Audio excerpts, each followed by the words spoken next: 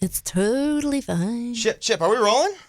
I'm kind of cold. Are you cold at all? I mean, I'm I always wearing have a like jacket this, on. Yeah, I'm gonna Yes. put a jacket on. I'm kind of like Did we make you feel insecure like you should have a jacket on? a little bit. A little bit. You look so nice, and I'm just like wearing Guns N' Roses. Little No, I GNR? liked your Did you GNR see shirt. them when they recently came through? Is that why you're wearing that shirt? Well, they didn't come here. Oh. I'm from San Francisco. Okay. So I was visiting for like a week. I went to Outside Lands, Yeah. and I used to work radio out Yeah. there.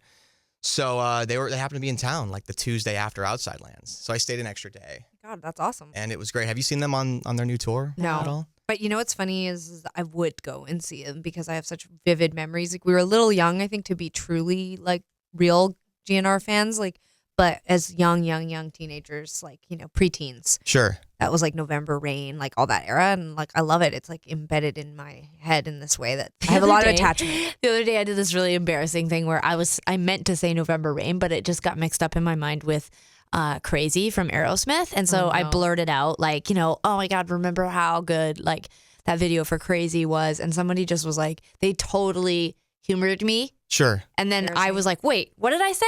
No, I mean November Rain. And they were like, whoa, okay, good. Because I thought you really meant that you thought Aerosmith was Guns N' Roses. And I was like, that is horrible. Well, it's weird because at the time in like the early 90s, they were comparable bands as far as like credibility and stuff, right? Yeah. Oh yeah, totally. But like that's like, but it's a faux pas. Like you can't mix up Aerosmith and Guns N' Roses. I get that. It's just different. I get that, but a lot of it is, now you say Aerosmith and it's kind of not cool, but Right. like I would GNR never wear. got cool for some reason. But GNR is cool, and I'm wondering why that is. Didn't they 'cause go it's- through a whole phase where they weren't cool and then they got cool again? Like for a while, weren't people like super upset with Axl and he kind of became a bit of a caricature, and now it's like cool. Well, I think part of the reason why Guns N' Roses is cool right now is because Slash and Duff are back on board. Right. It's the reunion thing. Got it. But Guns N' Roses never went away. The Guns N' Roses we know and grew up with and love went away. Yeah. Axl Rose was kind of going out He did his solo. thing. And You do know a lot about GNR. I do. I didn't expect that at all. That was You cool. could just be like Slash and Duff. I like music, Yeah. Music's a fun thing. And that's why I wanted you two in here because I'm a fan of your It's work amazing. as well. So when did you leave San Francisco? I left San Francisco 2 years ago. How's life in Minneapolis? I love Minneapolis. I mean, We love it here too. I'll be honest, I didn't intend on living here, but I have some family here. Mm-hmm. So when I came out to interview, I was like, I can see my family, I can do an interview, the station sounds cool, and it all kind of came together. First Ave is an incredible venue. The city, Minneapolis and St. Paul is really fun. So. Super awesome. So cool. Yeah. What do you guys think when you come to town? I mean, do you have any memories of Minneapolis? Some of our earliest touring memories are from Minneapolis, actually, because we used to get, it was Pittsburgh and Minneapolis. We had some college radio support right out of the gates, like in 2000, 2001. Sure. And so we used to come down here. We'd be doing Canadian tours, and we'd dip into into the sort of northern part of the United States. And our first thought when we came to Minneapolis was just actually how similar it is to where we grew up in Calgary. It looks very similar, and apparently that the design of the downtown, the skyline, was done by the same people. We have those kind of +15s that connect all the buildings and the winter and with the river. And I mean, they're actually they really do resemble one another. So we always thought it was really like a home Beautiful, away from friendly. home. Yeah. Like it was sort of Canada-esque here. Did you ever have a chance to visit before you became famous and toured and became musicians? There were many, many years we came here where we were definitely not recognizable. I mean, we were like... But even when we were, doing, we never shied away from that. I was just telling the story earlier that like not too many years ago, maybe 4 or 5 years ago, we came through here and we went to a club called Gay 90s. Mm-hmm. Yeah, it's up the street. Yeah. Yeah. And we like totally partied all night and had a great time, and we're very rowdy and very hungover the next day, and we didn't get bothered. People are, I think when people see us out in the wild, they get excited for about 2 seconds, and then they're like, well, I'm on with my day now. Yeah. What was the place there? I don't know if it's still open. It was like the 40, not the 40 watt. Was it? The 40 watt. Zeke. Does that sound familiar? Does that You don't sound know? familiar? I don't know. I remember the first show we ever did here. That's what I'm thinking is we were touring with Neil Young, and we were doing some pickup gigs in between his shows to kind of make a little bit of money and, just start to like, whatever, do our own little gigs in each city. And I remember this was one of the first places on the Neil Young tour, and we did do a little club show, and I think there was about 10 people there. Sure. And they were probably like older dudes who probably heard about us through Neil Young. And so we just played a show to like 10 old guys, and we were like, We loved it. we were like, thank you for coming out and seeing us play. Well, you got signed, I think, in the late 90s, like 99, something like that. Yeah. And correct me if I'm wrong, but wasn't that Neil Young tour like your first big tour? It was Yeah, our in the first US, big yeah. tour and our first time touring in the States. How does that happen? we were so young. I mean, fresh out of high school, and Elliot Roberts, who manages Neil, got a copy of our early first independent record and liked us, and we'd had interest from major labels, but he was just like, "You're so young. You guys have so much developing to do. Like, trust me, take it from me. I know this business. You're going to go to a major label and get, maybe a chance to put out 1, maybe 2 records, and then that'll be it. There's no time to develop a young artist like you guys." So, and thankfully we were smart enough, and we didn't have aspirations of being big celebrities or famous or any of that stuff. We just were kind of avoiding university. We were sort of fumbling through our early 20s, and that scenario really worked for us. And so we signed this deal with Vapor Records, which was Neil Young's imprint on Warner.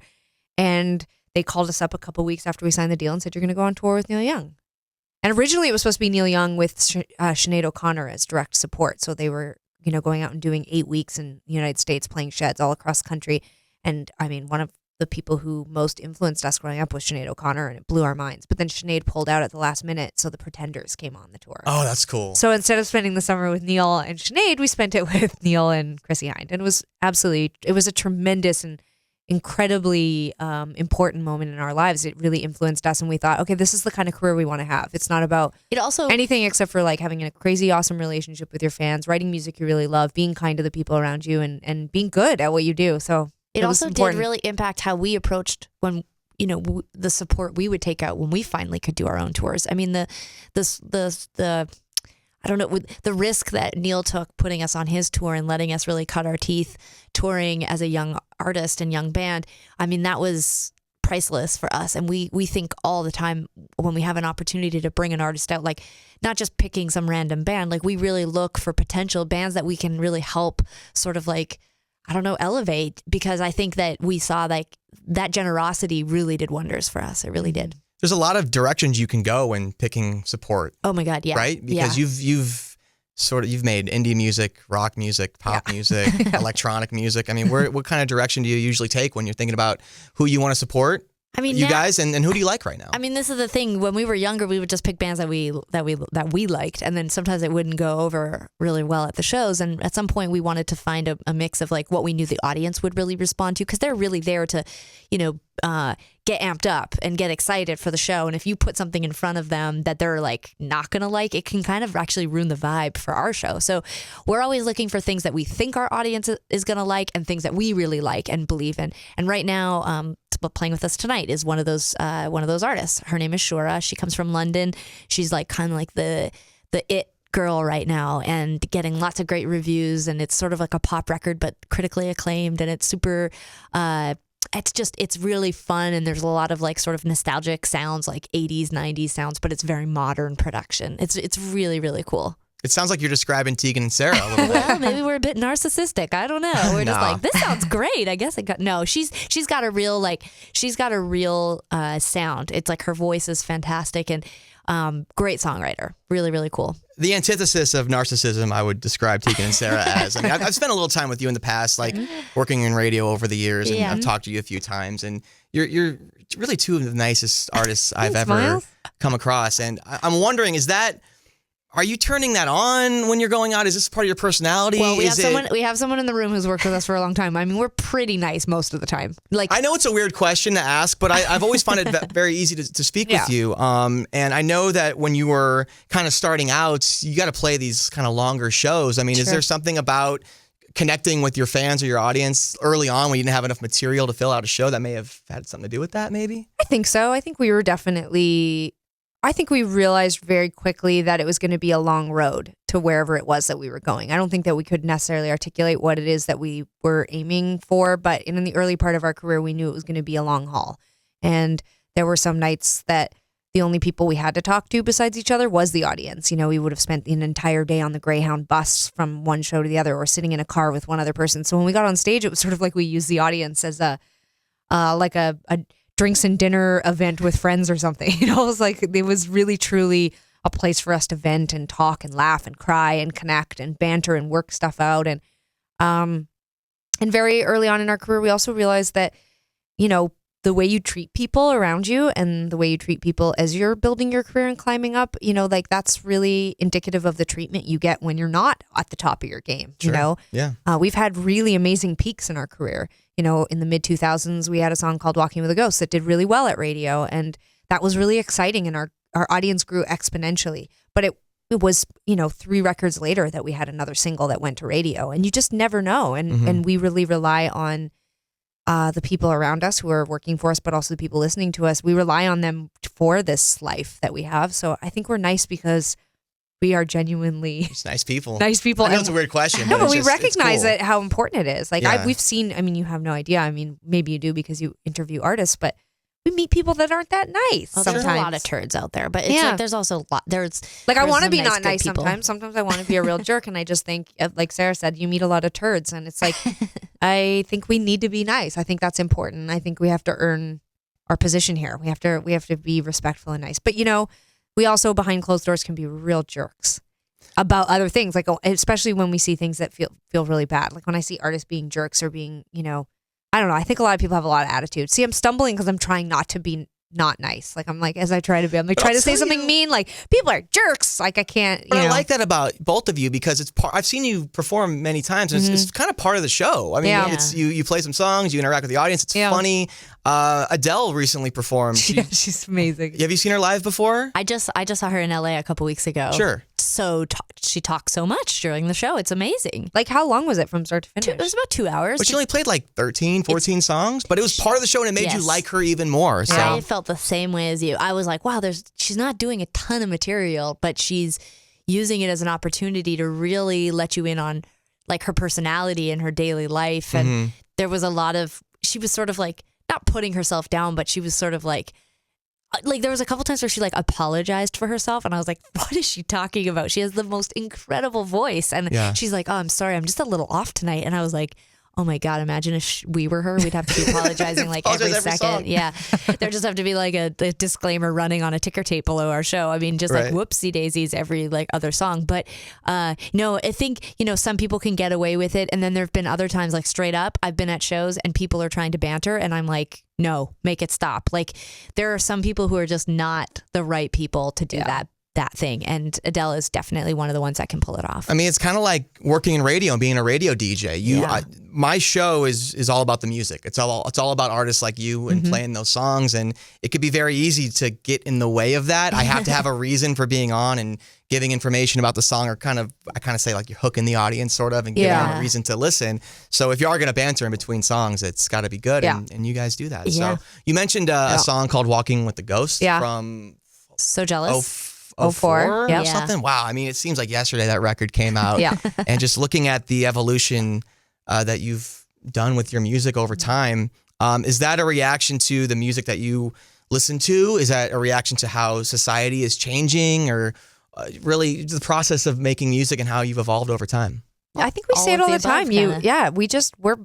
We have been around a long time, and I think sometimes people forget that. So they'll be like, "Oh, well, this new record sounds so different than the record So Jealous," and you're like, "Yes, because a million years have passed, like over a decade has passed." So oftentimes we're literally just influenced by something exciting that's happening in the world and decide to make a record like that. It's I think at our core we're writers and we're performers, and we're always just trying to better our craft, and the production is less of a concern to us. Sometimes I'm convinced that our audience doesn't even care about the production, and we focus on it so much. It's like a concern, but we don't feel like it's the thing that, like we have so much fun with the production. But in my mind, just because we make a song and use a certain type of production, it doesn't mean that we have to do that forever. Like I like the idea that we can reinvent everything. Yeah, we're like, oh, that's just what that record sounds like, or that's just what that album sounds like.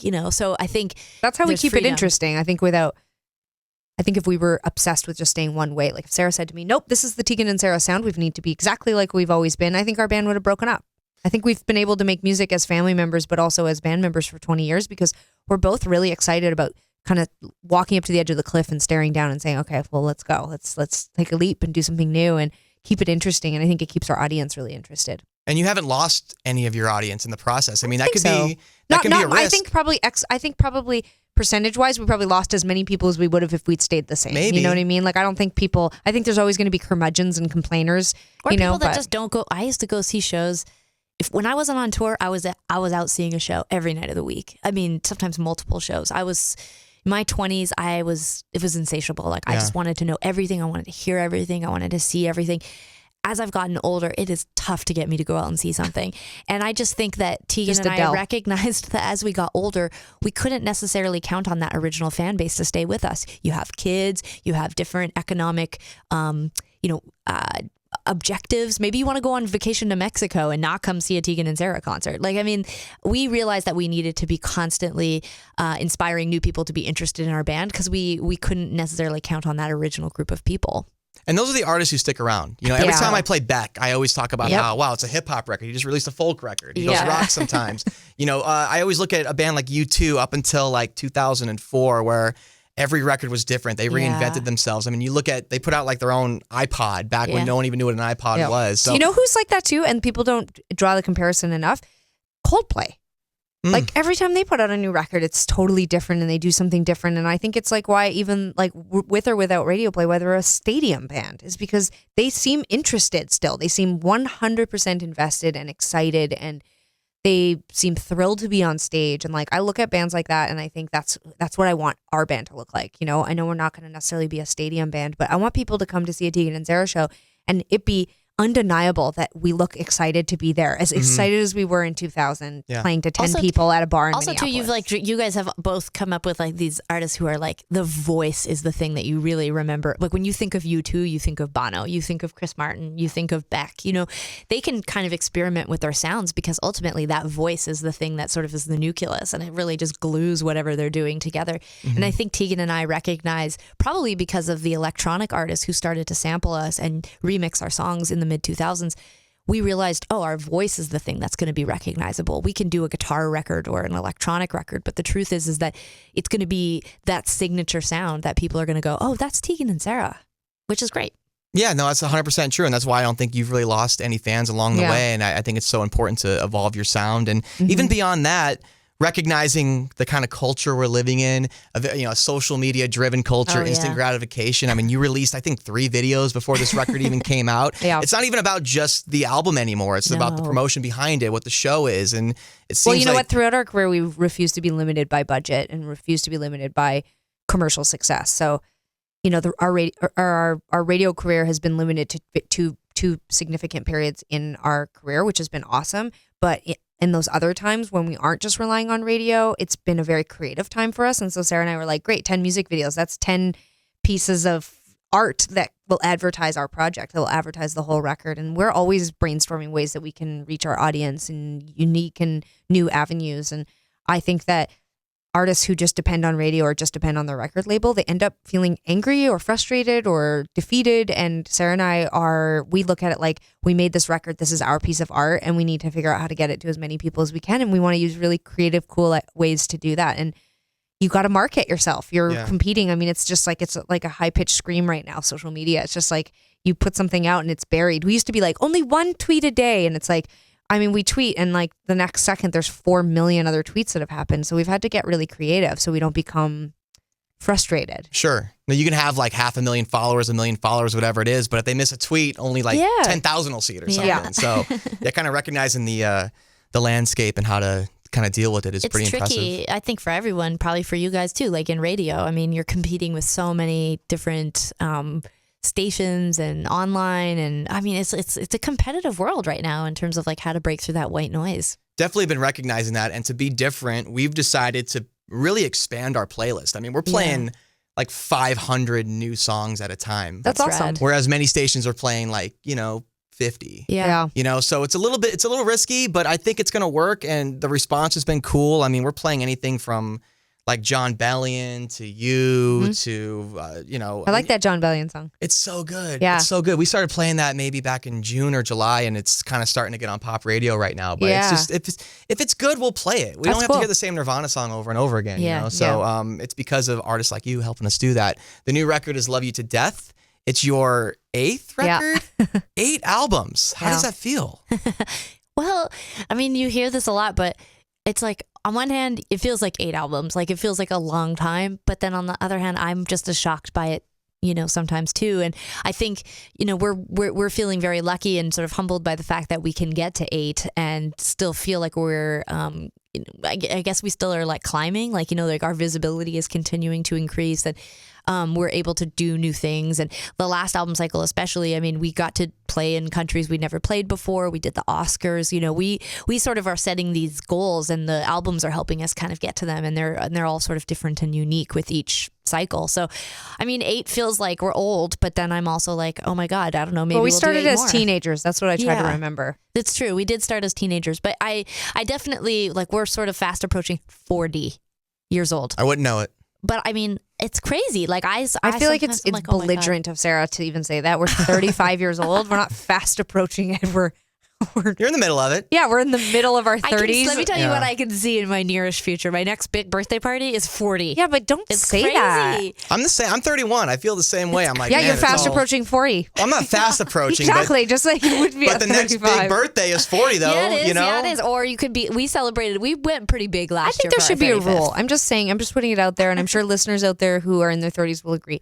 You're fast approaching 40 when you're 39. 38? No, 39. 39, okay. 38, you're in your mid to late 30s at 38. I'm owning it. 40 it's is the not new owning 20. it. You're actually just saying something that's not accurate. That's like saying, I'm fast approaching 80. You just picked a random number that's not. Our father told us when he turned 35, because I remember him turning 35.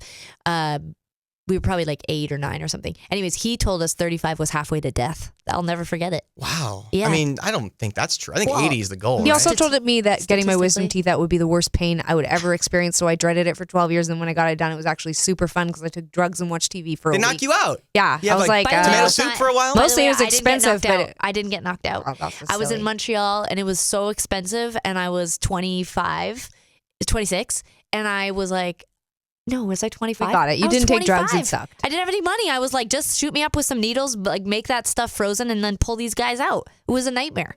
I mean, that must have felt terrible, though, It right? was a nightmare. How did you deal? I would have passed out. There was no pain because like I had been, frozen, but the violence of it was Right. what shocked me, because they were impacted. So there was pliers involved. They were crushing and pulling pieces of my teeth out. And then they had this bib on me, and he was putting the tools and the pieces of shards of teeth and blood and everything on my chest, like as they're doing it. And they had told me, horrifying. they told me, bring headphones and listen to music. It'll like help you relax. It was so, I'm What'd you not listen making to? this up. You two, Actung Baby, have never been able to listen to it again without thinking of this horrific event. The act of pulling the teeth was so violent that I'm not joking that my headphones fell off my head. So Actung Baby is like the headphones are swinging behind me like a trunk, and it's just music kind of loud, quiet, and I'm just like, this is brutal. I was traumatized, and I think because I was so tense while they were doing it, I had bruising. Oh my goodness! Like down my neck and chest. I looked like I'd been beaten or was in a car accident. It was horrific. So I guess I gotta retract, say my dad was sort of half right. My dad For was me, right it about was me. nothing. It was a walk in the park, and for Right. Sarah, it was a really Tegan was effed up situation. all fancy and got like put under and whatever. I feel bad I mentioned you two earlier. I think there's some major PTSD I going have on. major Dang. triggers with Actung Baby. It's crazy. I'm just like, no. She hates you too. Sorry about it. And you said this was like 10 years ago? This was in it was when we made So Jealous. So I was 2004. I was So you're like a 24. year away from just having enough money to do it. And You know I what was she so was? close. She was just moments from 30. I was just seconds away from being 30. Yeah, I was yeah. Fast 24. approaching. Fast approaching That's 30. approaching 30 at 24. Do you read reviews or hear what people say when you put out a new record at all? I like to. select I always key say, people. I always say that I take the temperature of the fan base, and I take the temperature of critics that are coming in. I don't have a choice in most cases because between my mom, my sister, our managers, people end up telling people have to. They're just like, oh my god, the reviews are so good. Oh my god, people are loving it, which is really great. I feel really lucky. The last couple of records have been reviewed really well, and we have a lot of really awesome support in the print media and online media world, which I really, really, really appreciate. There are So certain voices I care. that we I think I know. care more about what the fans think. And almost immediately when we started debuting songs, they were like, "Oh my god!" Like, 'cause it's an emotional record, and I think that they were terrified we were going to put out something that was slick, but also something maybe upbeat. I think they want us to sound sad and depressed, so we gave them a very sad, slick record. Yeah, it's like it's sort of like my favorite song of all time is "Love Will Tear Us Apart." Yeah. And what I love about that record is that it's so depressing, So but you depressing. can dance to Yeah. it, and it's like an Yeah. upbeat record. And Yep. I'm not. This record to me is it's personal. Maybe the most personal record you've ever written, but still very, like, you can play it at a club, you can play it at Gay 90s, you know what I mean? Like, it's Totally. it's a nice record. I ask you about the reviews because one musician that I've seen mentioned a couple times when this record is discussed is Prince.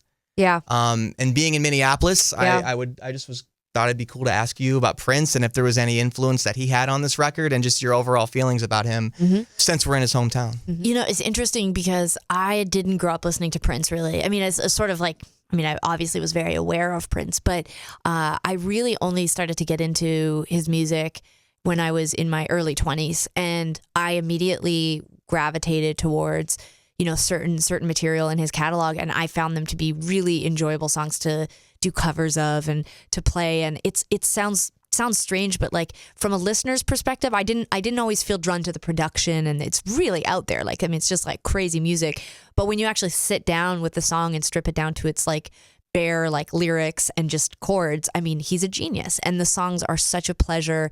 They're sort of they're surprising and exciting to play, and so I started to really, really respect him in a way that I guess I didn't when I was younger.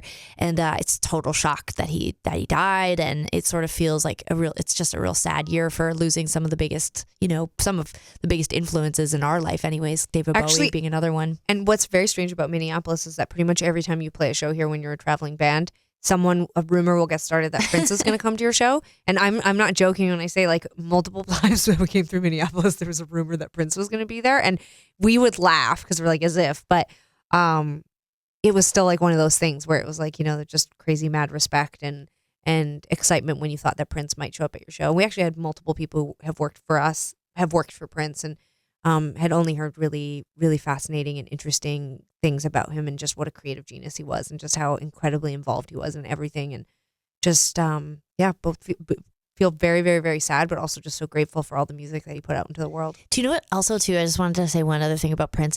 You know, most people, like most artists, I imagine, go home like I do and like just put like sweats on and like watch like Bravo and eat like macaroni and cheese out of the box. Like, we're all kind of just like legitimately basic, and that's what I know most artists really are like. But like, one thing that was interesting about having people who worked for Prince and like live on the compound and like the whole thing, he's just like not putting sweatpants on and eating Annie's mac and cheese. Like, that just, Prince is not doing that. He's living life. Always. He's always an artist. He's always the artist. Always an artist. He was always that guy, at least in front of other people. And like, I have respect for that. It was blueberry pancakes for him. It wasn't mac and cheese. That's what it was. But even that is a complex meal to make. I mean, like, when are they done? We don't know. He was a complex musician. Yeah, so. complex.